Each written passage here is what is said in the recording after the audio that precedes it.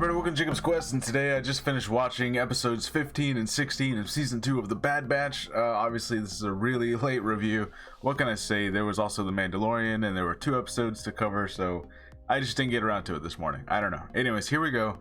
Yeah, the season finale of Season 2 of The Bad Batch, and wow. Okay, I'm assuming you've all seen it. You all know how heartbreaking this was. Let's start with episode 15. This was pretty basic. After last episode, of course, Crosshair kind of warns them that they're after Omega and that, you know, you guys need to be on the lookout.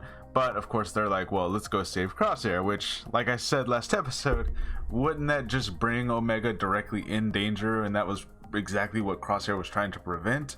But whatever, here we go.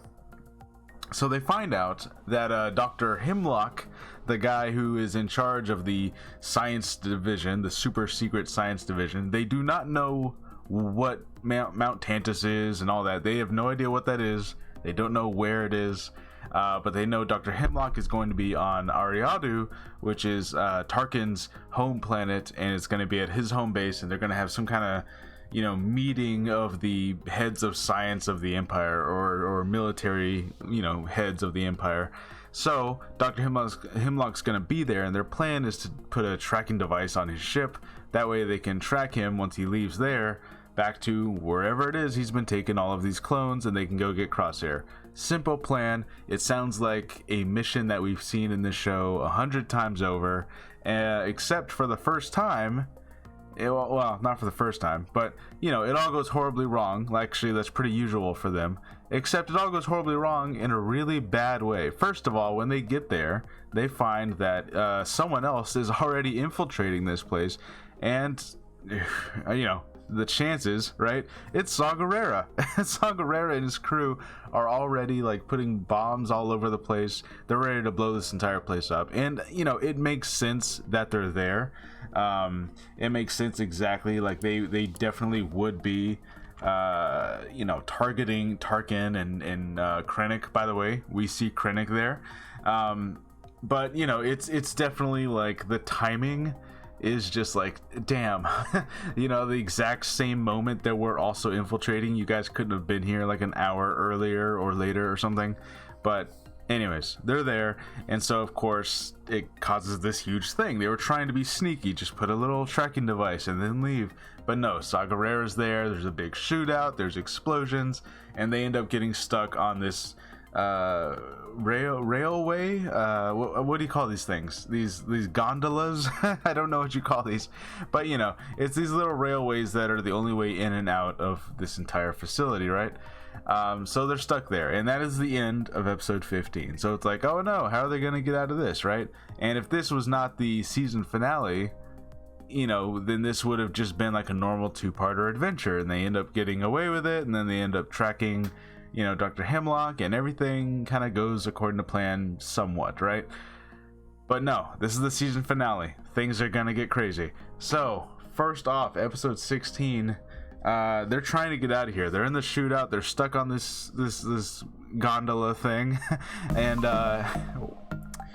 yeah, so everything's starting to explode. Their thing is stuck, and Tech gets knocked out of the carrier, and he's dangling there by a rope, and he makes the decision that, you know, he's weighing them down. In order for them to reconnect to the track and get away, he's got to shoot off the rope that he's dangling on. So he does it, and he falls seemingly to his death. And, you know, look, I know there's a lot of people out there that are like, no, he could have survived, he could have, and sure, I guess, but I don't think that's the intention here. You know what I mean? I'm pretty sure the intention of this moment is that he is dead. He's gone. And, you know, a lot of people, including myself, have been saying this since the beginning of the season, is that like, hey, Tech's been getting a lot of attention. You know, like, he was the speeder guy, and then he, you know, just throughout all the adventures, he got all kinds of, you know, moments to himself, building his character up, getting people to really like him. And I'm like, so he's dead then. You know, he's absolutely gonna die, because why else would they spend so much time building him up? now, yeah, obviously it's tragic and it sucks because you got to like Tech and now he's gone. But I will say it does at least like keep the tension of this show, because the sad fact is like clones die all the time. They're soldiers, right? Like they don't have, even though these are enhanced clones, they do not have the Force, they don't have lightsabers. They die a lot easier and a lot more commonly. Like just how many clone characters did we meet and then end up getting killed within a couple episodes during the Clone Wars run, right? So some members of the Bad Batch are gonna die. We're gonna lose some of them, and it is tragic and it sucks. And anyways, they crash their little gondola, they get away, and it's like this huge kind of confusing, messy scene where they're all everything's kind of blurry and they're all blacking out, and they barely manage to make it back to Sid's because they got the medical droid there from Kamino. And of course, they're all healing up and they're talking about how hey, look, he sacrificed himself for us. Maybe we should just retire, right? Like, we were thinking about it anyways. We found this nice island place, and maybe we should just settle down, right? Because we have a second chance here. Tech let us get away from that situation. We did manage to save Crosshair. Maybe we should just retire, just live life and just stop, But of course, as so often happens, fate intervenes in the form of Cid. Cid, again, something that's been building up the entire season. She has betrayed the group, and she's told the Empire where they are. Now, she says, oh, you guys have too much heat on you, and I'm trying to make the best of a bad situation. She's trying to make up these excuses as to why she's just betrayed them. But the thing is did they know that they were on this planet? Or did they know who you even were, Cid? No, I don't think so. So your excuses as to why you had to do this are not lining up. We've been warned about Cid by other characters, people who knew Cid for longer than the Bad Batch did, and of course they turn out to be right. Cid is gonna, if it's convenient for her, she's gonna betray you, and that's just who she is. And even that kind of sucks, because even though we saw this coming, it's it's rare in a kid show that this kind of thing happens, where you spend so much time with even the shady type characters. They usually end up being somewhat good people by the end of it, right? Think about Hondo Ohnaka, right? He's this pirate, and sometimes he's even working against our heroes. How many times did he capture Obi-Wan and Anakin, but then he turns around the next episode and he acts like he's their friend, So Hondo's famously a shady pirate character, right? But, by Rebels, he's lovable, and everyone loves Hondo, and he's willing to do everything he can to help Ezra, right? Because he loves Ezra, so it's even the shady characters in the Star Wars, in the Star Wars universe, especially the animated kid shows, you never see them fully go bad. You know what I'm saying? They're shady in kind of a very surface level. But Cid, it's damn, Cid really did betray them. I can't believe it. I guess we saw it coming, but still, it's God damn it, Cid. Hondo would never have done that. That's the thing. Hondo maybe would have captured them and held them ransom, but he still would have let them escape. He would, you know what I mean? He wouldn't have actually turned them over. He would have just gotten some money out of it. That's all. But Cid just wow. Anyways, that's what I'm saying. I'm trying to compare Hondo to Cid, and how there's a distinction there of shady characters but still good, but then shady, and then maybe you're just not bad. You're just not a good person. I don't know. Anyways, so now the crew's on the run, and some of them get captured, and so Omega's told to escape, but of course she doesn't. And again, just if this were any other episode during the season, Omega would have found a way to free them, and they would have escaped at the last second, and next week's adventure would have started. But no, this is the season finale, so instead she tries to free them, and it goes horribly wrong, and she gets captured. And so now the rest of the crew manages to escape, and now she's taken to Mount Tantus, and Nala Se is there, and I guess Nala Se is gonna have to go along with it because we're still not entirely clear why Nala Se cares so much about Omega. You know, it doesn't seem to necessarily be like, you know, some kind of paternal bond or anything.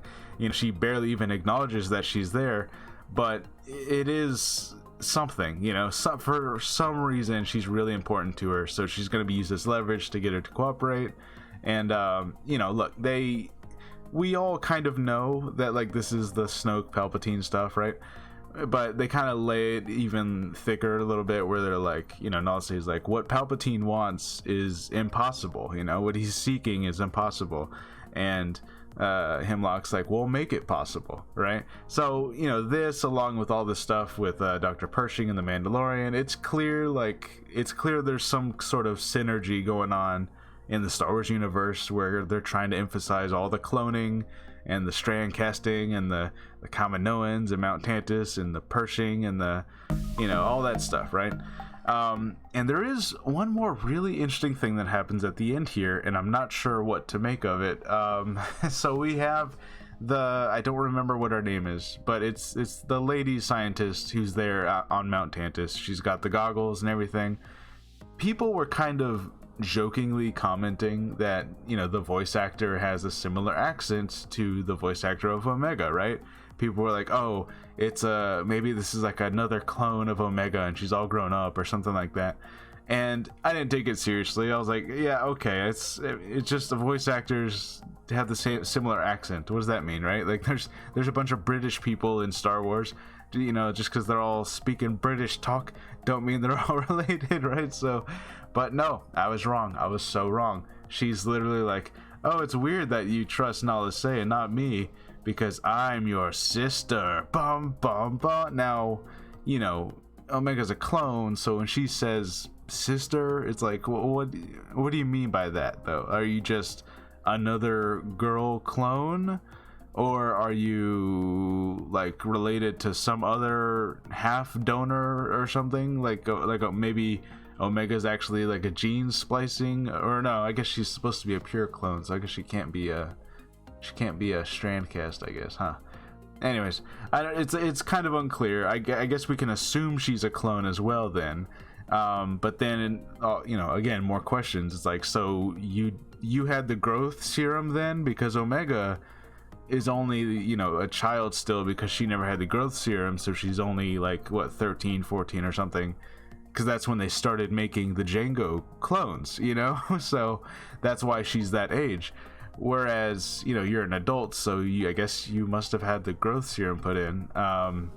You know, so it starts to, like, bring into question of, like, well, who are you, and how, you know, does Nala Se know about you? Does she know you're a clone too, right? Like, what's so special about this line of Omega and now this scientist lady? Like, what's going on here? You know, like, what is their purpose exactly?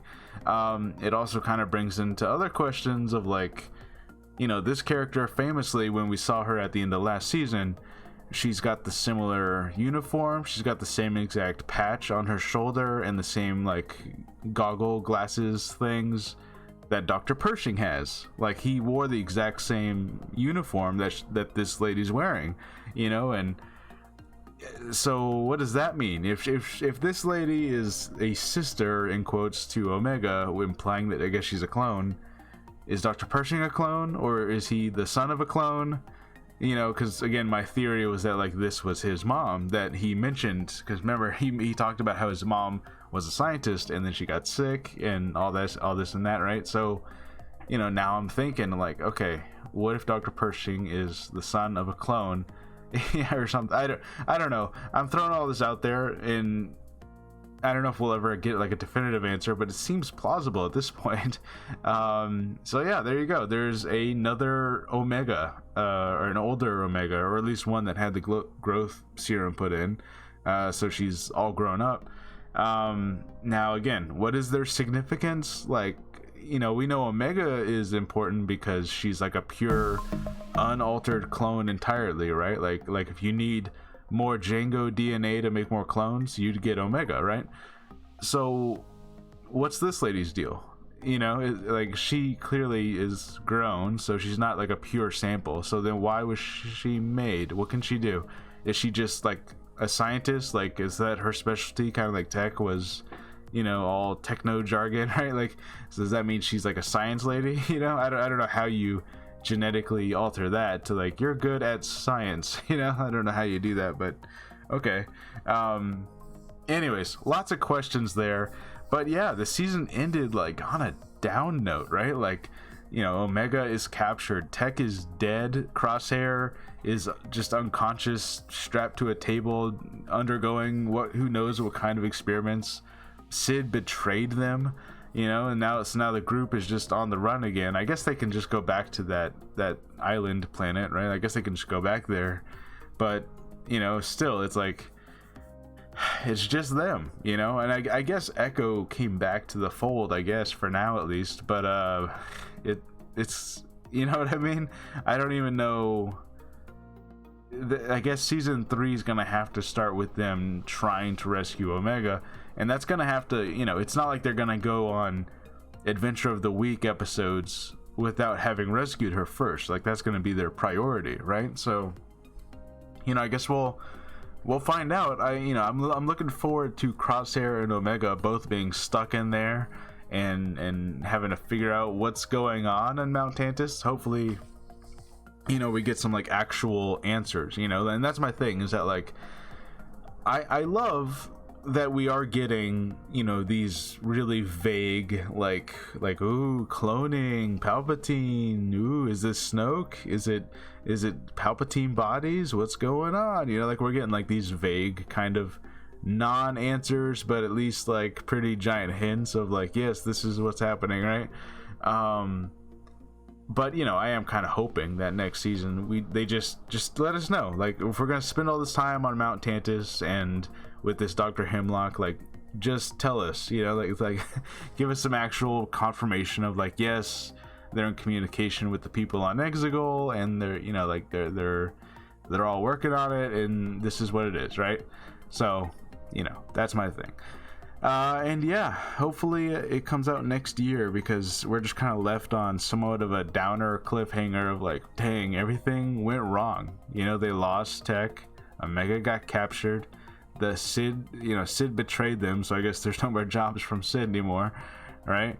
Unless of course they're gonna do like a big redemption arc where Sid now tries to make up for the fact that she betrayed them. I don't know. It's Star Wars, they could definitely do something like that.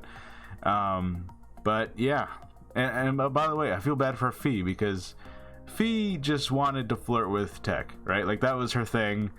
Whether something ever actually happened there is unclear. Tech obviously was not the most social guy, so as far as being able to express anything he may or may not have felt for Fee, it's like, I don't know. But he's gone now, and they had like this small moment where she was like, all right, don't go after, don't get stuck with any pirates or anything, so yeah, that was like their last little thing there. Man.